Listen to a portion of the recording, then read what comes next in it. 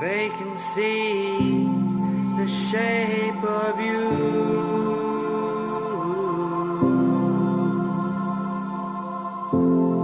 A night without dawn, I can't see through.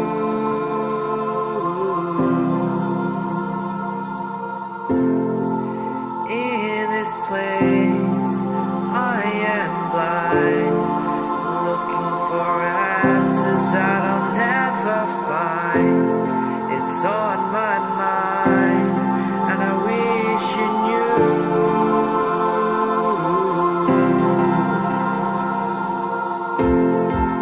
I still bleed.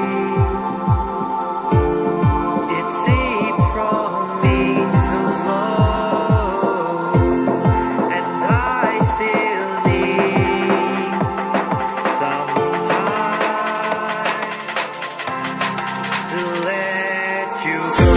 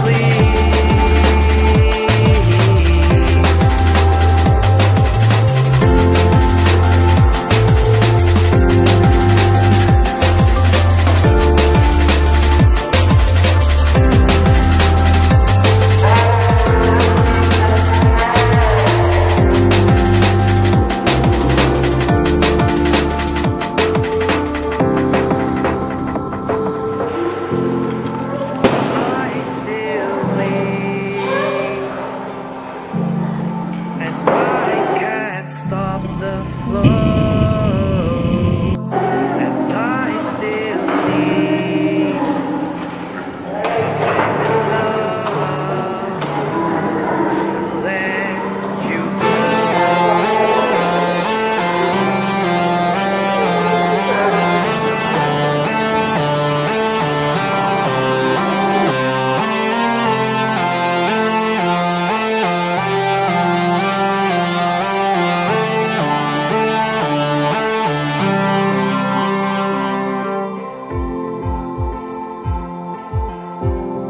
And I still bleed.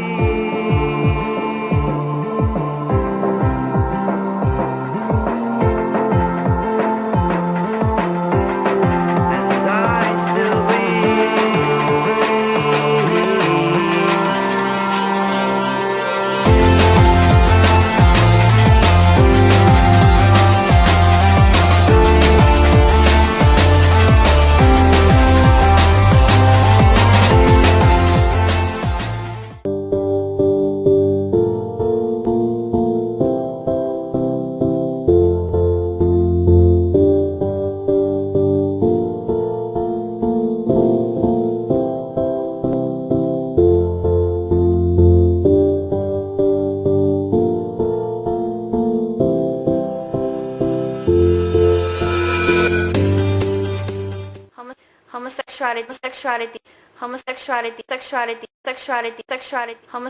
Homosexuality is considered to be more likely accepted in the Philippines compared to other countries. Given the fact that only 26% of homosexual out of 100% are rejected in the Philippines. But still, why? Transgender are not allowed legally to change their identity. Gays can be discharged from the military. Lesbians are not permissible to wear men's clothes or attire in a particular place like schools and workplace. It's because there are still close-minded people who are too selfish to accept homosexuals.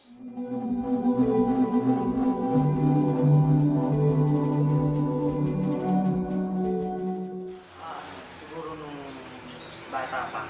Siguro masasabi kong kakaiba ako sa mga kalalakihan nung kindergarten ako. Bata pa. Siguro mga 5 years old, ramdam ko. Nag-start siguro siya nung 12 years old ako, nung high school ako. Kasi yung iba, di ba, sinasabi, pag bata ka, ganito, ganito, parang hindi mo pa alam. Kasi every time na may mga kalaro akong lalaki, tuwang-tuwa ako. Naramdaman ko na parang magkakagusto din ako sa lalaki. Pero ramdam yun na may katawan. Sabi sa akin yung stepmom ko na yung pagiging gay daw is hindi maganda. Which is hindi ko siya alam kung ano yung gay. Basta alam ko lang nun maglaro. And sabi niya sa akin, yun daw mga gay is inihahagi sa dingding at ibinibitin sa poste. Which is wala talaga akong idea kung ano yun. So sa akin, parang naglaro na lang ako. Hanggang bumalik ako sa San Pablo, dito sa lola ko yun, which is dito ako talaga lumaki. Dito na siguro na-develop kasi hindi lang naman ako yung isang ganito sa pamilya namin. So, may mga ka-age din ako na lumabas is gay din. So, ayun, siguro mga 8 years old or 9. So, parang since ramdam ko na iba. So, After na umuwi ako sa aming bahay, gusto ko talagang nilalaro is Barbie. And then, yung mga towel ng nanay ko is ginagawa kong buko. And then, pag umuulan, tuwang-tuwa ako sa tubig at nagsisirena ako. So, doon pa lang, naramdaman ko na nakakaiba ako sa mga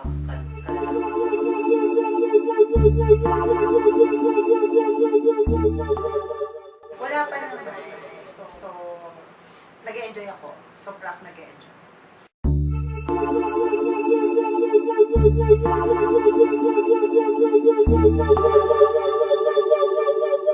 Transsexual.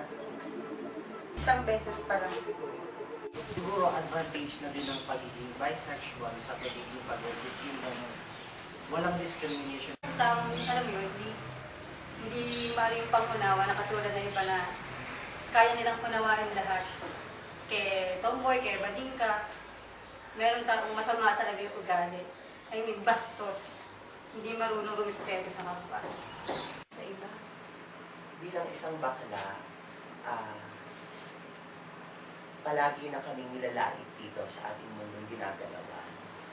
Kahit sabihin pa natin na ano man ang itsura mo, maganda ka man o pangit na bakla, ay iisa akong tinuturing sa iyo ng mga tao. Masasabi ko, kapag kami naglalakad sa pampublikong kalye, sisigawan ka ng mga tao na bakla, baklang kabayo, jego, bayis ganda, at kung ano-anong mga masasakit na salita ang sinasabi nila sa akin. Ngunit, sa pagkakaroon ng ganong sitwasyon, ay mas nagiging malakas at matatag ang aming mga puso. Dahil alam namin na sa sarili namin, wala kaming ginagawang masama. At meron kaming takot sa Diyos na kung saan, alam namin kung saan kami dapat lumugar. Nag-CR ako sa isang public toilet. Pag na ako sa girls' comfort room, binigyan ako ng tissue ng babae nung nagbabantay doon. Sabi niya sa akin, hindi ka pwedeng umihi sa pang girl. Sabi ko sa kanya, bakit? Sabi niya sa akin, kasi bakla ka. Sabi ko sa kanya, ate, pasensya ka na ha, operado na kasi ako. Wala na kasi akong sexual organ ng panlalaki, which is rights ko na umihi sa pang babae. Sabi niya sa akin, hindi pwede, kasi hindi talaga pwede. Makakadagdag to sa discrimination sa akin eh. Pag pumasok ko sa boys' comfort room, baka pagtawanan ako, kutsain pa ako ng mga lalaking nasa loob ng comfort room. Which is ayoko naman, yun yung inaayaw ko talaga. So, ang ginawa ko na lang, para hindi, ayaw kasi niya talaga akong papasukin. Ang ginawa ko, humanap ako ng pinakamalapit na toilet para doon ako umihi. Yun yung nag-iisang diskriminasyon na na-experience ko. Okay. There's a reason why we teach you these things. Because lahat tayo may judgment sa ibang tao. If there's one thing we want you to understand, it's about discrimination and judgment. Hindi namin tuturo sa inyo kung hindi alam namin na paano nga kung kayo yung mga sinulat nyo dyan. Eh, hindi naman totoo. Eh, ba't kayo nasasaktan? Dahil kadalasan, ginagawa natin yan sa ibang tao. Tama? Now, we wanted you to feel what it felt like to be the one judged. So, kung alam nyo na ang nararamdaman ng taong ginajudge, gagawin nyo pa ba?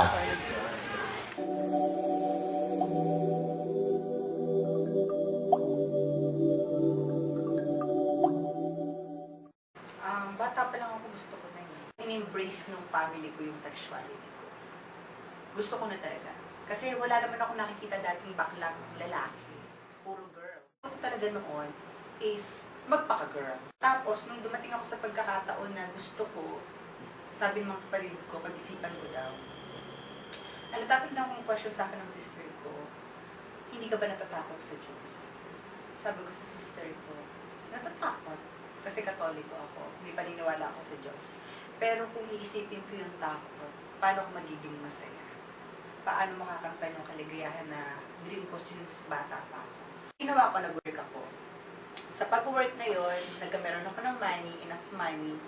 Tapos, 3 months bago ako dumating doon sa procedure na kailangan ko na magpapalit, sinabi ko siya sa kapatid ko, sa dalawang kapatid, sa isa kong sister. Sabi ko, magpapapalit na ako. And nagpa-opera ako 1 year ago and happy, sobrang happy. Hindi ko pinagsabay yung tough at saka yung baba. Magkaibang date siya. And sa Thailand ko siya ginawa kasi yung procedure mas magaling at mas mura siya, mas affordable. Ano ang advantage ng isang pagiging transgender? Sa pananamit, sa fashion, is hindi ka natatakot magsuot ng kahit anong gusto mo. Ang advantage mo lang sa pagiging girl is parang mas alam mo sa sarili mo na babae ka. Yung fulfillment. Yung parang ang sarap sa pakiramdam na oh my God, girl na ako.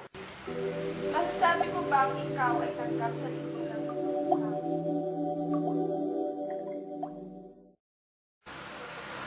Siguro for now, hindi pa. Siguro 30% lang yung masasabi kong tanggap ang mga baklang kagaya ko dito sa ating mundong iba-iba. Yung iba, oo. Parang not really. Hindi lubos. Pero siguro soon, time will come din naman na matatanggap ng community kung ano man yung meron lang sa Isang bakla na alam naman namin na kami isa din sa nilikha ng Diyos. At alam din namin na bilang isang bakla ay meron kaming puso, isip at katawan. Katulad nga kanina yung tanong nyo, may nakaranas ng pamagpastos, may ganun. Sila, hindi nila kami tanggap. Dahil yung taong bumirespeto sa amin, siguro hindi magkakameron ng mga palabas sa mga TV shows na katulad ng sa mga homosexual na katulad namin kung walang tumatanggap sa amin. Kasi until now nakakaramdam pa rin ako ng discrimination. Hindi naman ganun kabigat, pero in a way natitingnan ka ng tao.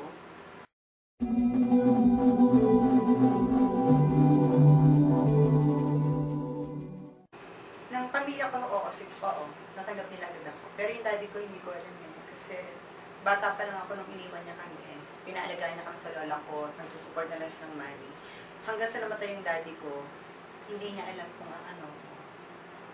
Oo, kasi hindi naman dumating yung time na nasaktan niya ako sa pag-iingat ko. Mabilis na natanggap. Siguro, wala akong narinig na ano sa kanya na basta kung ano ako, yung sinabi niya sa akin na kung ano ka man, walang problema sa akin. Kung yan ka, hindi kita parang narinig sa akin. Nung ako'y high school, alam ko sa sarili ko na bakla ako, pero hindi ko pinapahalata sa daddy ko. Tapos, nung ako'y lumaki na, pumunta uli ako sa kanya, tapos nakita niya yung transform ko as a lalaki to female. Natanggap niya kung ano ako. Dahil proud na proud pa nga siya sa akin, dahil meron daw siyang anak na maganda. Bata ka pa, kapatay na yung daddy ko. So, hindi agad ako nagbumigay. Umabot pa ako ng mga 23. Bago ako nagpagbupitan ganito. Kasi may kapatid akong bading. So, siya yung parang nagbabawal sa akin na nakokontrol ko pa yung sarili ko. Pero nung namatay yung nanay ko, doon ako nagsimulang pakita yung kung ano ko.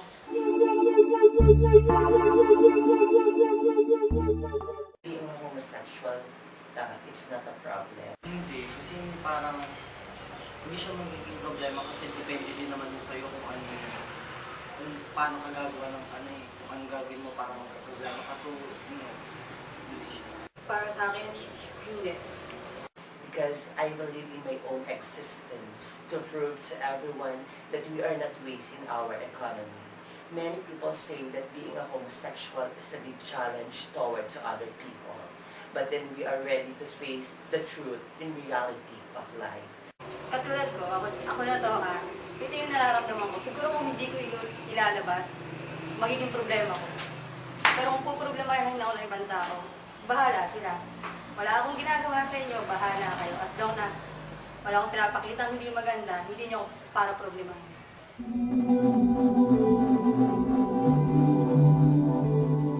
Ang homosexual is an orientation. Okay? Yung salita mismo, homo, same-sexual. Ibig sabihin, yung attraction towards same-sex. So, masasabi bang problema to sa lipunan? Yung yung personal orientation, syempre, that is not normal in terms of samahan, relationship, nagkakaroon ng problema. Okay? Kasi, of course, ano bang relasyon ng kapwa lalaki sa lalaki? Okay? Hindi naman tutungo sa pamilya. Okay? Dahil ang pamilya na dinidefine natin ay galing sa lalaki at babae. At ito yung orientasyon na pinaniniwalaan ng simbahan. Okay? Nagtitiwala ba ako sa homosexual o?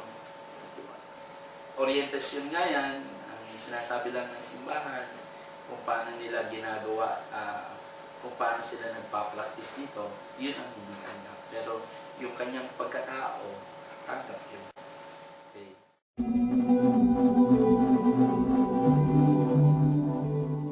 Marami sa simbahan, okay? Because they are so creative. Magaling sa babaeng pananaw, sa lalaking pananaw, sa pag-aayos ng bulaklak, malakas, di ba? Artistic, dahil dual din yung kanilang orientation. Okay, nararamdaman nila ang pagiging babae, nararamdaman nila ang pagiging lalaki. O di, very productive sila.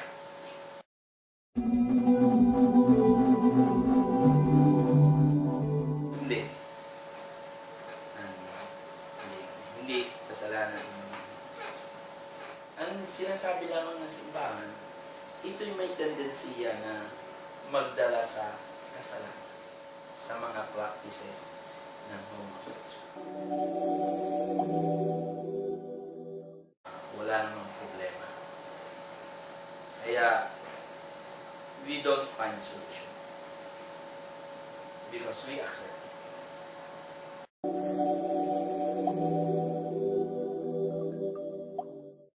Ang epekto nga lang nito, yung negative side, of course, kahit anong sabihin natin, that is not normal orientation. Wala tayong magagawa. Ayun na nilikha ng Diyos eh. Lalaki at babae. Sinisira nito yung pagtanaw sa relationship, especially the relationship towards family. Yung relasyon na patungo sa pagpapamilya.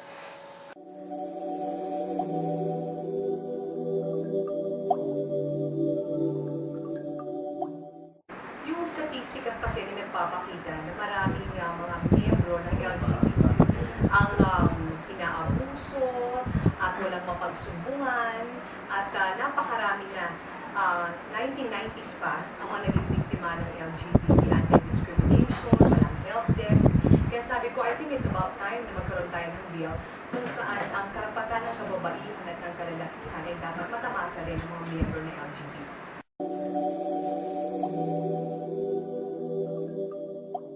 Yung LGBT bill tungkol sa anti-discrimination, ang buod noon ay ayaw natin, of course, from the word itself, na mali-discriminate yung karapatan ng mga miyembro ng LGBT. Halimbawa sa trabaho, hindi porke bading ka o tomboy o miyembro ng LGBT ay hindi ka tatanggapin sa trabaho o ang mga benepisyo na dapat natatanggap ng mga babae at mga lalaki ay dapat natatanggap din ng mga miyembro ng LGBT.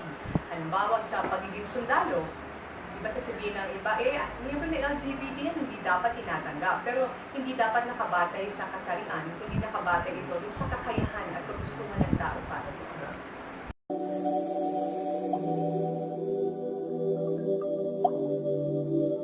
Sigurado makakabawas sa diskriminasyon ng LGBT ang pagkakaroon ng batas. Kung makikita kasi natin, iba't ibang organisasyon na nagsusulong ng advokasiyang ito tungkol sa LGBT.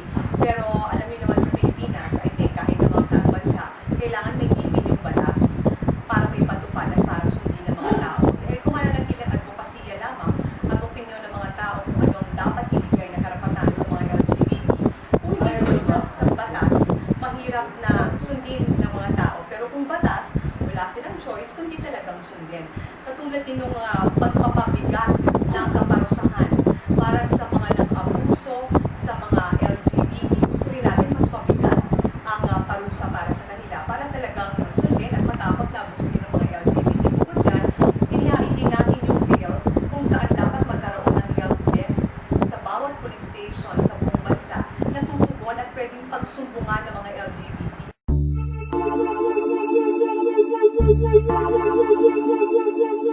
Ang tiyak dito mas mabigat. Kung may existing na tayo ng batas tungkol dito, mas mabigat yung parusang gusto natin gawin para mas matakot abusuhin yung mga miyembro ng LGBT.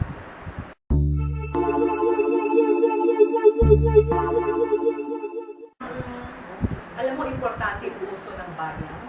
Importanteng narinig, mas maingay, mas malakas yung panawagan para dito, mas maraming organisasyon na nagtutulak para sa advokasiyang ito. Tingin ko mas mapapansin na talagang it's about time for us to have LGBT na batas na talagang may ngipin at ipapatupad talaga ito para talagang maiwasan ng diskriminasyon at ang mga krimen para sa mga LGBT.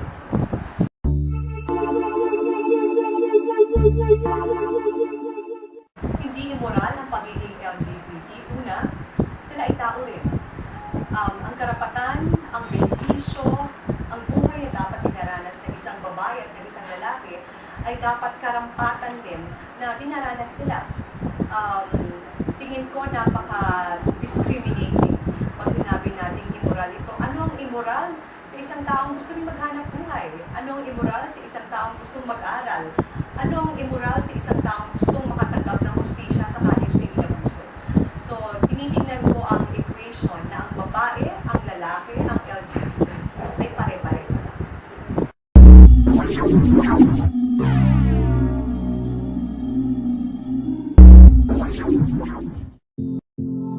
A vacancy, the shape of you.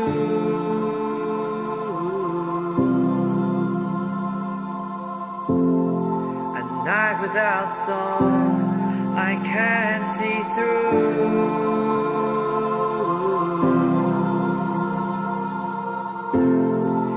In this place, I am blind, looking for answers that I'll never find. It's on my mind, and I wish you knew.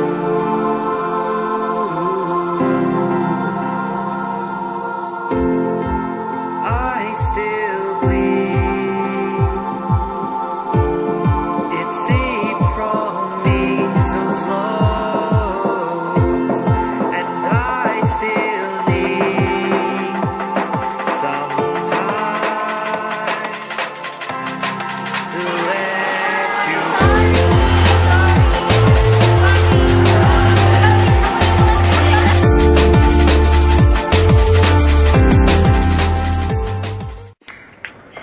Bakit nga ba mas sanay tayo sa mundong ibabaw na makakita ng dalawang lalaki na may hawak ng baril kaysa dalawang lalaki na magkahawak ng kamay?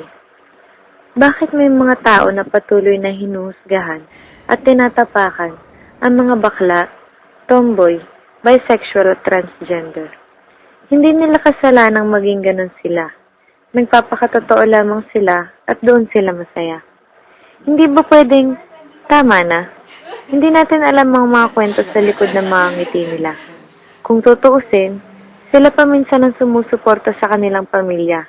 Nagbibigay sa atin ng saya, dahilan ng ating mga tawa, at mas may pakinabang pa kaysa sa mga taong nasa paligid nila. Pantay-pantay lang tayo. Tao din sila, nasasaktan. Hindi sila abnormal para ituring nakakaiba sa lipunan. Wala silang sakit para iwasan. Pare-pareho lang tayo nilikha ng Diyos bilang tao. Sa mata ng Diyos, sino nga ba ang mas makasalanan? Ang taong nagpapakatotoo o ang taong nananapak ng puri ng isang tao?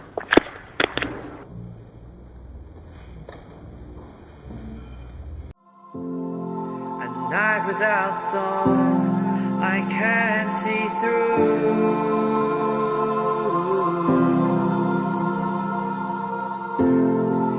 In this place, I am blind, looking for answers that I'll never find. It's on my mind, and I wish you knew.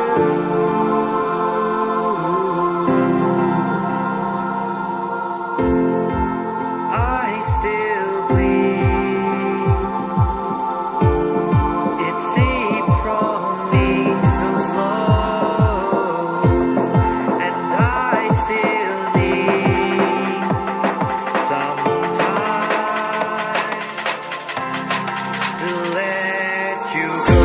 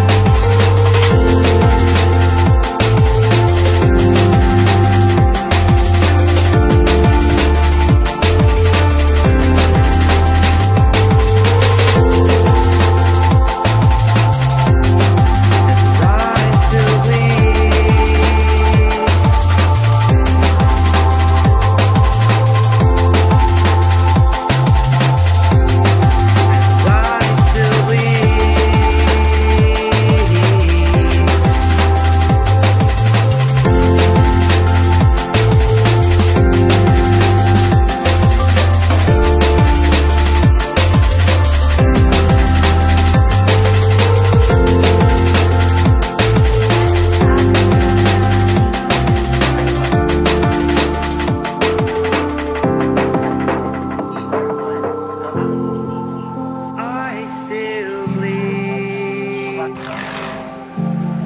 and I can't stop the flow, and I still need time enough to let you go.